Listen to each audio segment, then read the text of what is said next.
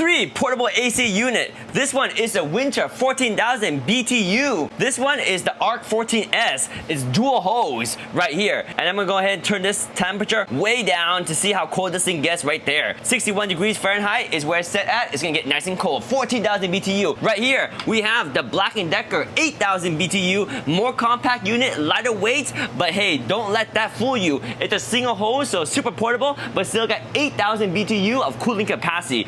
This one right here is our favorite one. It's a beast. This is the Midea 14,000 BTU, and it's a hybrid hose. It's actually dual hose, but it's one unit, so it looks cleaner. It looks as clean as one hose, but it doesn't have the mess as you normally have with two hoses right here. This one actually is a heater and AC unit in one, and trust us, we use the heating feature in the winter, and it is very nice. So this one is a fantastic AC and heater. 14,000 BTU right there. Really quiet, really cold. Let me turn down the temperature too. At the lowest temperature, it's about at 60 degrees Fahrenheit. Right here, we're gonna lower the temperature to 61, as low as it can get to, and we're gonna let these things get nice and cold, and we're gonna do a quick temperature measurement so you can see how cold they get. So now in general, the 14,000 BTU and the 14,000 BTU unit will cool much faster because it has more cooling potential, and it can cool a bigger room better. A smaller one like this one is 8,000 BTU. It won't get as cold, but it will cool a small room just fine. Now the big ones, the 14,000 BTUs,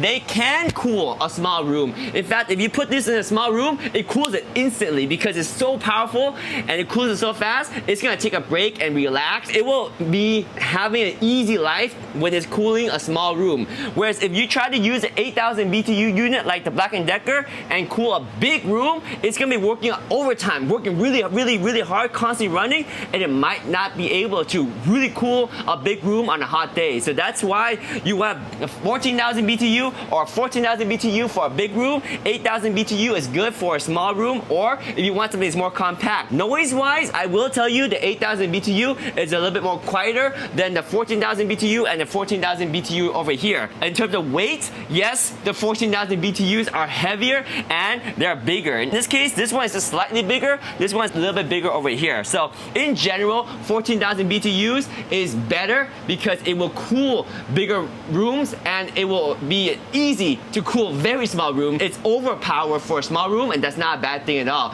It just means it's gonna cool it very fast, very quick. It's just a little bit bigger and bulkier than the small 8,000 unit. In terms of, do you want the hybrid hose, the single hose, or the dual hose? That's kind of up to you for two reasons. Number one is cosmetic. Which one looks better for you? We love this one because it looks elegant, and this one is it's okay too. Both of these look simple. I like both. This one is a little bit messy. I'll be honest, it's a little bit messy, right? In terms of cosmetic, that's what you're looking at. In terms of performance, there is solid scientific truth to the fact that when you have dual hose, whether it's a hybrid or whether it's isolated dual hose, it's more efficient because you have one hose for exhaust and one hose for intake, and that will maximize your cooling potential. If you only have one hose, you only have exhaust. So where does it take in the inlet air? It takes in the inlet air from your room. It's using the cool air that it made to continually cool itself, which is not very efficient because you're wasting your cold air to cool the hot AC unit. Whereas these two, they use the outside air to cool itself. Also, when you're using your inside room to cool this unit, it's gonna suck in more air into the unit, which means more air is gonna seep in from your door gaps and your window gap, more hot air in your room because of that. Scientifically, dual hose, whether it's dual hose like this or dual hose like that, is more efficient because of that reason. Now, how about the difference between a hybrid dual hose and two separate dual hose? This one is a little bit more efficient than this. And the reason for that is because these two hoses are isolated. This hose right here, I'm feeling it, it's actually hot. This one is nice and cold. Over here, this hose is hot.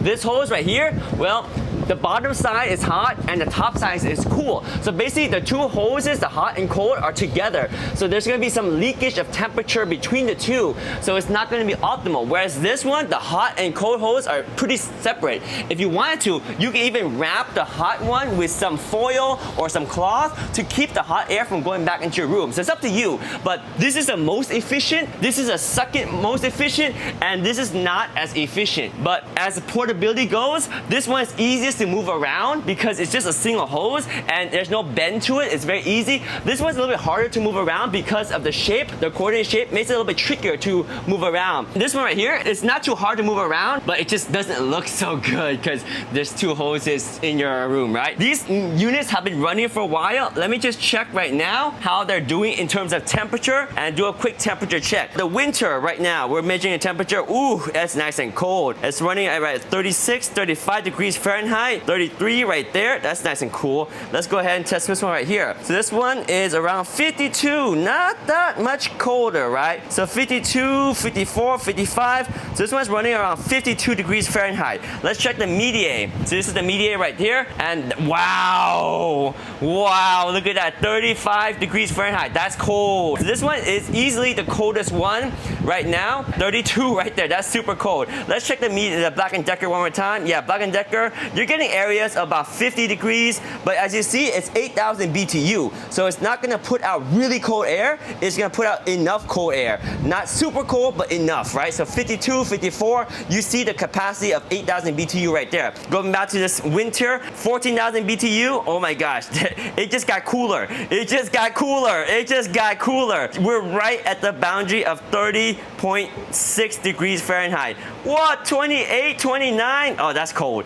My hand is freezing cold right here. So you see the power of 14,000 BTU, and you see how dual hose right here is more efficient than even the dual hose hybrid right there, which is not quite as efficient, but still gets really cold. And of course, the temperature varies a little bit as basically where I'm pointing it at. There we go, very nice. And again, this one, 52, it's pretty consistent, and it's pretty obvious that this one doesn't cool as much. So just wrapping it up, you can see the cooling potential that each AC offers, right? Whether it's dual hose, single hose, hybrid hose, 8,000 BTU, 14,000 BTU, 14,000 BTU with heat option as well. You got a lot of options. We have all units because guess what? We use all of them in different parts of our home. So they're all great. A bonus, this one is a little bit quieter than the other ones, but also it has a lower capacity cooling. But anyway, they're all great for their purposes. They're awesome. Portable ACs are so nice to have. These things are great.